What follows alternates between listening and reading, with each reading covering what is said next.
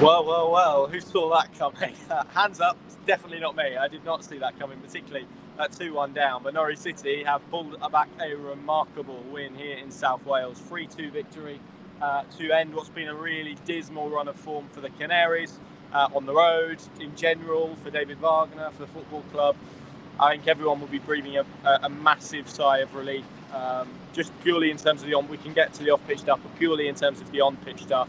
The trends were horrendous. The form desperately needed ending and breaking, and they managed to do that with a 3-2 victory here. And look, let it be said, because it will be said. It won't change the narrative. It won't alter the dynamic. But on the merit of an individual game of football, it was carnage. It was crazy. It was good fun, and Norwich City have, for the first time in a while, come out on the right side of it, and we were all absolutely delighted about that. After what's been a really grim few weeks where everything's been questioned, David Wagner, the structure, the sporting director, and look, those questions don't go away off the back of one victory. That's not quite how football works, unfortunately. But it at least puts everyone in a better mood, and that is absolutely where everyone needed to be heading into what is a really important break for Norwich City and for everybody, really. Let's dissect the game, then we'll come on to all the stuff at the end of it. So Norwich City won here by 3-2. Christian Fashnak, Ryan Winsell own goal, and then Adam Eder, late winner, secured it. There were goals for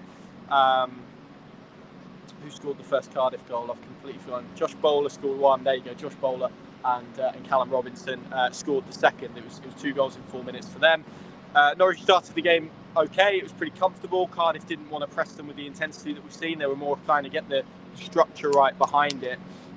There were a few kind of points where Jaden Warner picked up possession. They went to go and engage the press, and for the vast majority of the time got that pretty well. That prevented Norwich from getting out, and so it was a little bit of a game of patience for a little while for Norwich City. There were a couple of occasions where they broke their press, and I thought actually it was a real contrast in wide areas. Offensively, in wide areas, they looked really effective. Defensively, they looked really short, and in the end, Cardiff exploited that. But it was a really well-worked set-piece that enabled Norwich to take the lead. Gabriel Starrow of an in-swinging corner. Kenny McLean flicks it on at the near post. And Christian Fashnak, on his 30th birthday, tapped it into the back of the net. They gave him a 1-0 lead. And I wouldn't say they were comfortable, because I don't think you could ever quite use that word to describe Norwich City.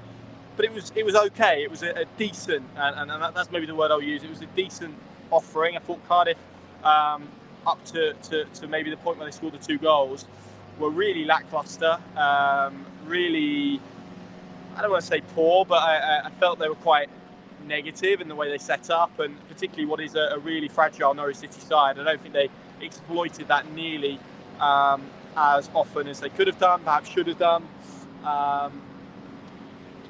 So yeah, look, so that was the first half, and the goals are really poor. Poeta was both fullbacks struggled a little bit. Fisher, because he was often being isolated against 2 players. Poeta was getting caught out positionally. I thought Cardiff could have had a penalty at 1-0 when he brought Bowler down inside the area. Looked at the replay, and that to me suggests it should have been a penalty. Then the goal comes from wide areas again. It's a ball in behind Fisher. I think it was Grant with the pullback. May have been Robinson. No, it was Robinson. Sorry, let me completely reframe. I've merged the 2 goals into one. The first goal was a throw-in. 4 Norwich defenders get sucked to Callum Robinson. It's flashed across the 6-yard box, and Bowler is unmarked essentially to bury it. And I think from there, everyone kind of see the pattern and the direction that the game was heading in. And it took just 4 minutes for that to be realised. It was then played behind Fisher. Collins, with the eventual cross, just stands it up for Callum Robinson, who had managed just to drift off Poeta and got in between Bart and Poeta to nod the ball into the back of the net to make it 2-1. And I think from there, the travelling Norwich supporters, everyone back in Norfolk and Norwich and elsewhere, and us, and maybe even David Wagner, felt it was a similar script. They were soft goals that they conceded. I thought the first half an hour was okay. Like I said, I wouldn't go a stretch beyond okay. They lost their way a little bit, conceded 2 really sloppy goals. Wagner addressed the problem, took both fullbacks off. Fisher and Poeta were removed. Stacey and Unulis were thrown on. That offered them a bit more stability, but they were really positive in the way they went and approached the game. And really from the get-go were attacking and were positive and making clever runs and trying to get in behind. They had some opportunities from set pieces.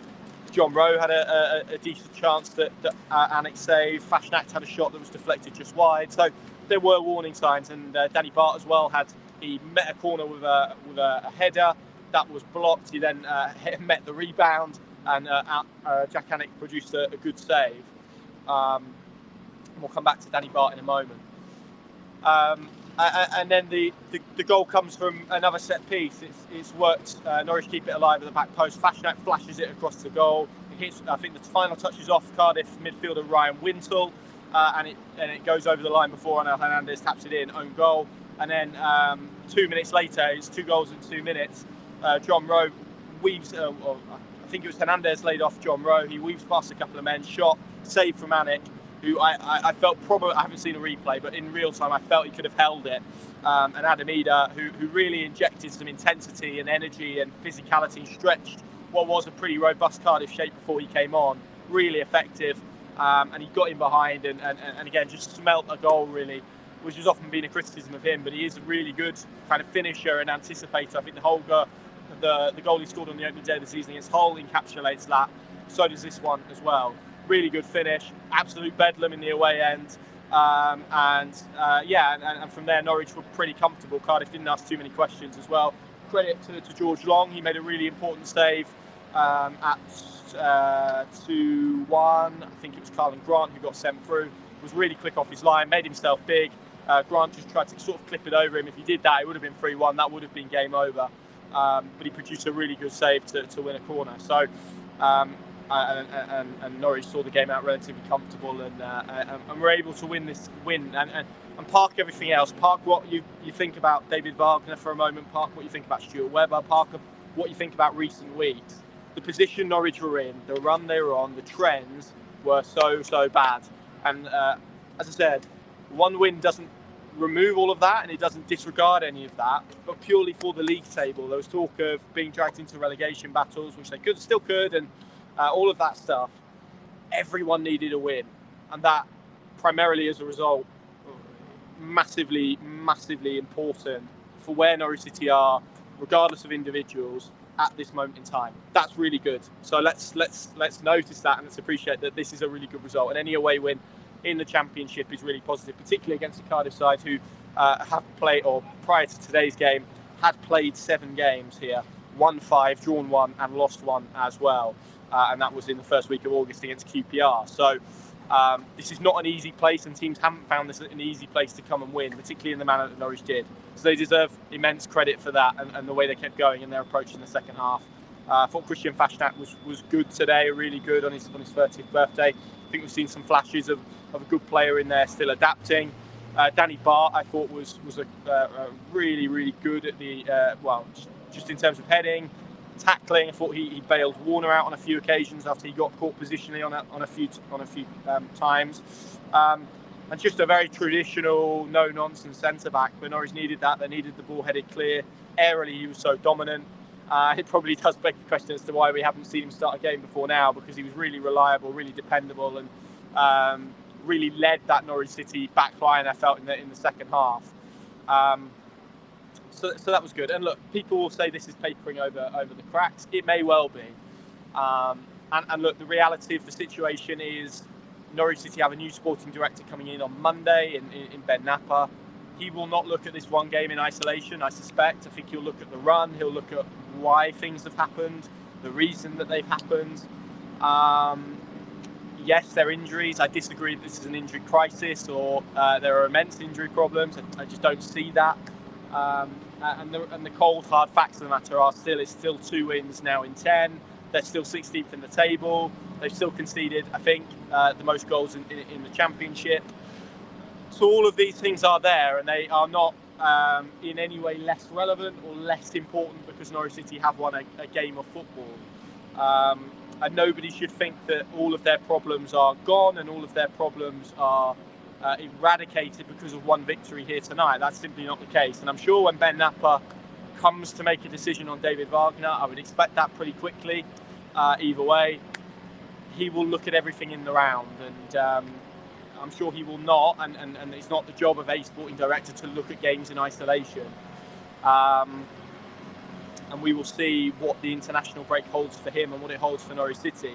We saw Stuart Webber on the pitch at the end. There was a big embrace with David Wagner. All of Norwich City's players went and gave him a hug and a high five and all that good stuff. They gave him a guard of honour as well at the end for him and his son to walk through. He didn't go over to kind of clap the fans or anything like that. I've got to be honest, I didn't expect him to do that. You only have to be at Carrow Road last weekend to see the reaction. I can completely understand why he maybe didn't want to do that, didn't want to be seen to be taking glory or credit or any of that kind of stuff. So I think what he did was the right thing to do, and irrespective of what you think of the last few years, he has been a massive figure in Norwich City history for the last 7, and all of it's been good by his own admission in what was a pretty lengthy farewell message last night, but there's been lots of good on and off the pitch, and it's a shame obviously the way that it's ended and whatnot, and it's going to be really intriguing to see where he pops up in his next job, and obviously he's now off to climb Mount Everest, and it's a long-held personal ambition of his. Best of luck with that. And for Norwich City, it's on to the next chapter. But it's just about now what that next chapter looks like when we arrive back for the QPR game. And as I said, it will be up to Ben Napper to make the call. It will be up to him and him alone to decide whether to stick, whether to twist. I'm sure he will have spoken to people about David Wagner inside the club, outside the club, and he will have a clear picture to make that decision. Norwich City need for it to be made quickly, and I'm genuinely, as I stand here right now, unsure of how it will pan out.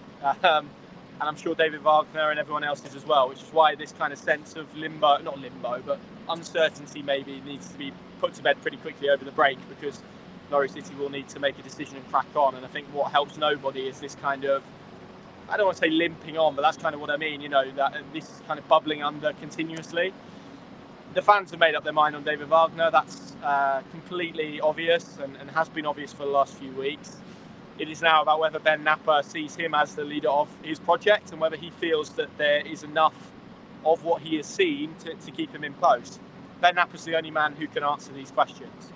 And we will see in the coming days, week, whatever, what that decision will be, whether this result did or doesn't have any bearing, of course. It was 2 years ago that Daniel Farke was sacked as Norwich City head coach after an unexpected win at Brentford that ended a really bad run of form as well. So look, I'm not sure we're any clearer to the answer, but what I do know is that this was a win that Norwich City deserved based on their second half performance, and it was a win that Norwich City needed. And the rest of that, around Wagner, around Napper, around Webber, even around some of the players, that will all rumble on. But look at the result, look at the performance in isolation. As I said, I thought they were okay in the first half. I thought they were good in the second. And I'm stood here tonight for the first time in a long time saying that Norwich City won a game because they deserve to win a game.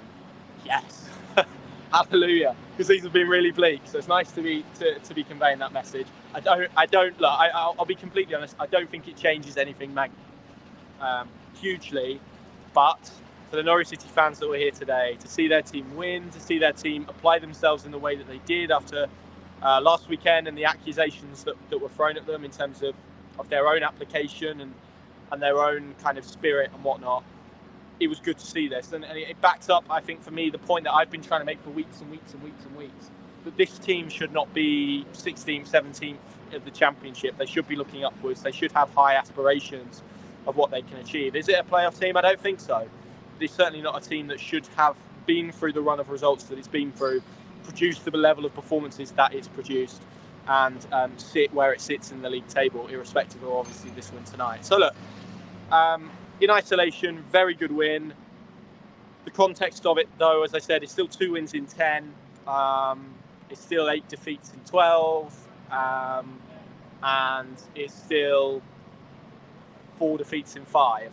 So those are the raw numbers. And we will see now how that impacts what goes on from here. And it will be up to Ben Napper as incoming sporting director to do that. Thank you very much for watching. We're going to make the long trip back now to Norfolk from South Wales. I hope those fans who are in that corner there deserve that. I hope they will have a safe trip home as well. we will keep you updated throughout the break of anything that happens. We're expecting to hear from Ben Napper as well relatively early next week. I would expect that on club channels rather than our own ones. And one thing I did want to mention as well, Grant Hanley wasn't here today because of a hamstring injury. We had kind of got wind that was the case. He sounds like he's going to miss kind of 2 to 3 weeks. So, and as Matt Shaw says, it is 1 win in 1, of course. But I'm sure Ben Napper will be looking at the big picture. From Cardiff, from lovely South Wales, thank you very much for watching. Thank you very much for your continued support over what's been a grim few of the ones of these.